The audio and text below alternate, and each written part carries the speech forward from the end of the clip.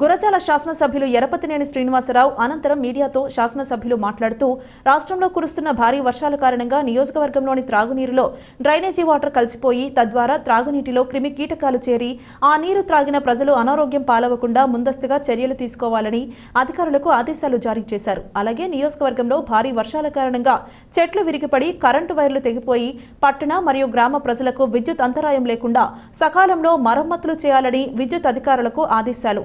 ముఖ్యంగా గురజాల నియోజకవర్గంలో రైతులు వేసిన పంటలు వర్షాలకు కొట్టుకుపోయి తీవ్ర ఇబ్బందులకు గురవుతున్నారని, రైతులకు రావాల్సిన సబ్సిడీ మరియు పంట నష్టపోయిన వారికి రుణాలు ఇచ్చి ప్రభుత్వం ఆదుకుంటుందని, విజయవాడలో తుఫాను కారణంగా ఒక్కసారిగా వచ్చిన నీరు ఇళ్లకు ఇళ్లు ముంచివేస్తే ఎంతో ధైర్యంతో అర్ధరాత్రిని చూడకుండా తెల్లవారుజాము వరకు భారీ వర్షాన్ని కూడా లెక్క చేయకుండా పర్యటిస్తూ నేనున్నానంటూ ప్రజలకు ధైర్యం నింపుతూ అధికారులకు అప్రమత్తం చేసి ప్రజలకు ఆహార పదార్థాలు అందజేస్తూ విజయవాడ నగరం త్వరగా కోలుకుందంటే రాష్ట్ర ముఖ్యమంత్రి నారా చంద్రబాబు నాయుడు చేసిన కృషి అని అన్నారు.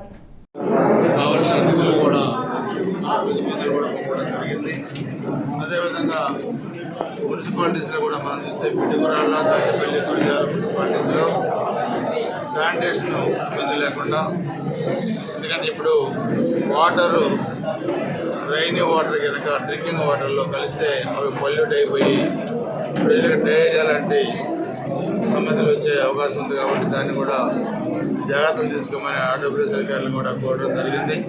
అదేవిధంగా ఎలక్ట్రిసిటీ డిపార్ట్మెంట్ని కూడా ఎక్కడెక్కడ అప్రమత్తంగా కూడా ఉండమన్నాం. గాలి వాళ్ళకి ఎక్కడెక్కడ మరి వైర్లు కూడా తెగిపోయి ప్రజలకు ఇబ్బందికర పరిస్థితి రాకుండా దాన్ని కూడా జాగ్రత్తలు తీసుకోమని కూడా చెప్పాం. అదే కాకుండా ఇంకా మిగతా అన్ని ప్రభుత్వ శాఖల అధికారులు కూడా ఈరోజు ఈ సమీక్షలో పాల్గొన్నారు.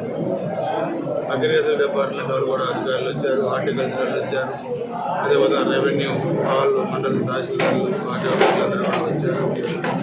జరిగిన నష్టాన్ని అంచనా వేయడంలో అదేవిధంగా రీహాబిలిటేషన్ చేయడంలో కూడా బాగా పనిచేశారు. అందుకని అందరికీ కూడా ఈరోజు ఒకటే చెప్పాం, మనం ప్రభుత్వ అధికారులుగా పనిచేసేది ఒకటి, ప్రకృతి వైపరీత్యాలు వచ్చినప్పుడు ముఖ్యమంత్రి గారు ఎదుర్కొన్నారు.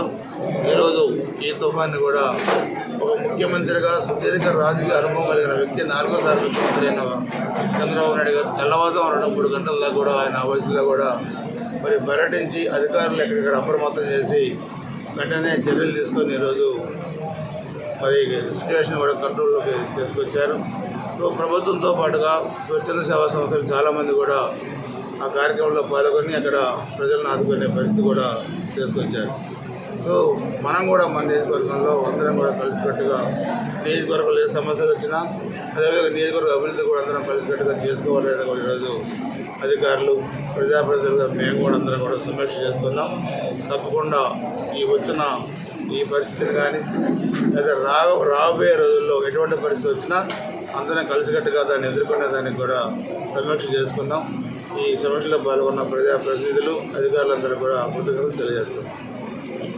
నష్టంపై నివేదికలు పంపుతున్నాం. క్రాప్ డ్యామేజ్ అంతైంది, రోడ్స్ ఏమైనా డ్యామేజ్ అని మిగతా అన్ని శాఖలతో కూడా ఆర్టీ వారి మీద సమీక్షించాం. అవన్నీ కూడా ప్రభుత్వాన్ని నివేదికలు పంపి అవి కూడా ఎంత ప్రభుత్వం ప్రకటిస్తారో ఎంత నష్టపరిహారం ఏ శాఖలో వస్తుందో మీకు త్వరగానే వివరిస్తాం.